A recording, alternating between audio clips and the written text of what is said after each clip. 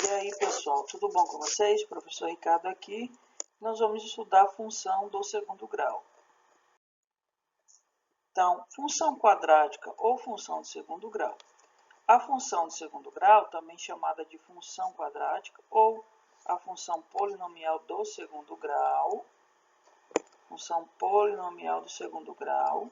Então, assim, pessoal, por que o nome é função polinomial do segundo grau?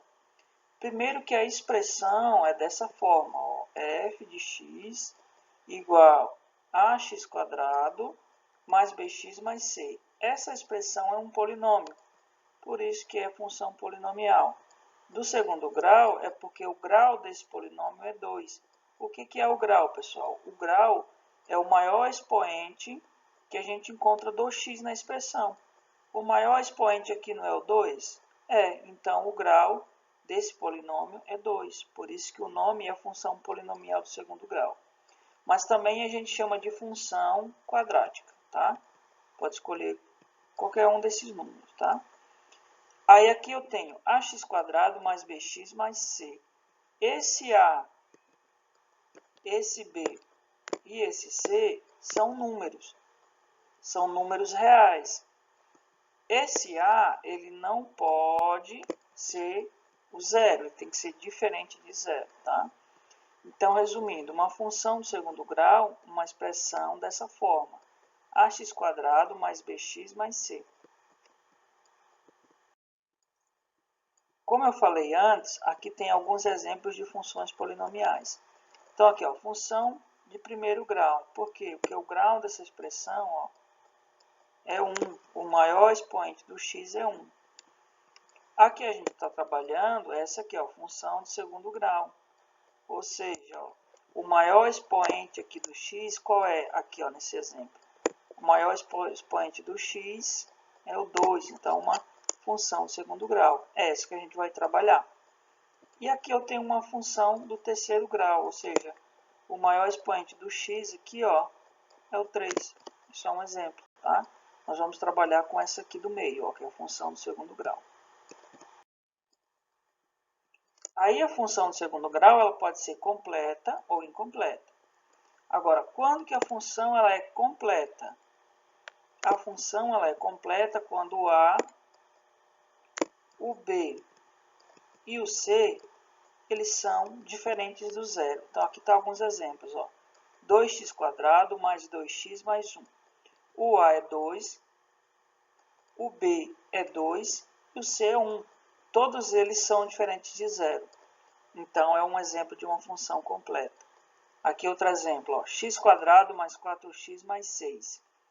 Quando não aparece o coeficiente é porque ele é 1. Ou seja, aqui o a ele vale 1, o b vale 4 e o c vale 6. Tá? Então, são exemplos de função do segundo grau completa. E quando que a função do segundo grau é incompleta?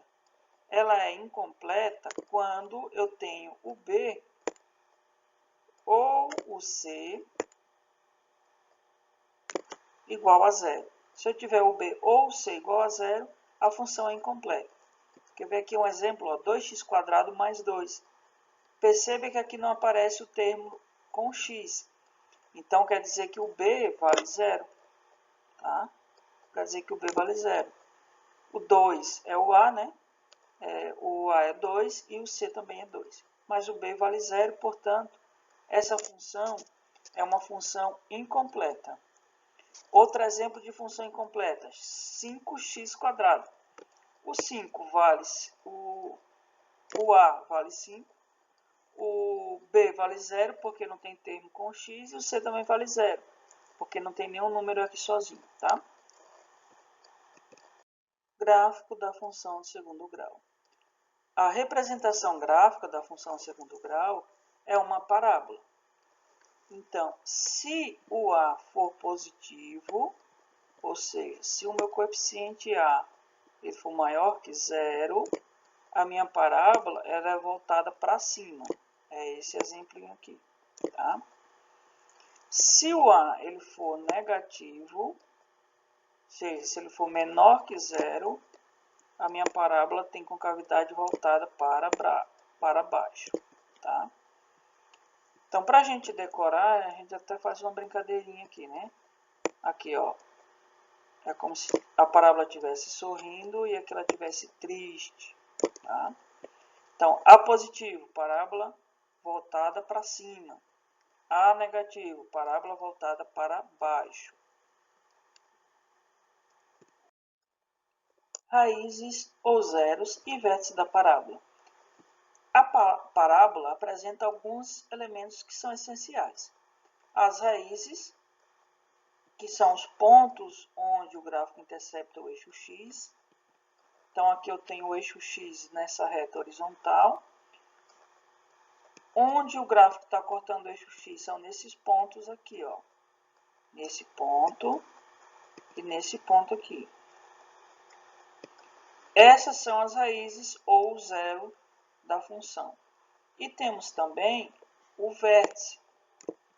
O vértice é o quê? É ponto de máximo ou ponto de mínimo da função. Como assim? Isso vai ficar mais claro lá na frente, tá? Mas aqui no nosso exemplo, ó, o ponto mais alto da parábola é esse ponto aqui onde eu estou desenhando agora. Ó. Esse ponto é o vértice da parábola. Tá? Por isso que é ponto de máximo ou de mínimo. Nesse caso é ponto de máximo, porque é o ponto mais alto da parábola. Certo?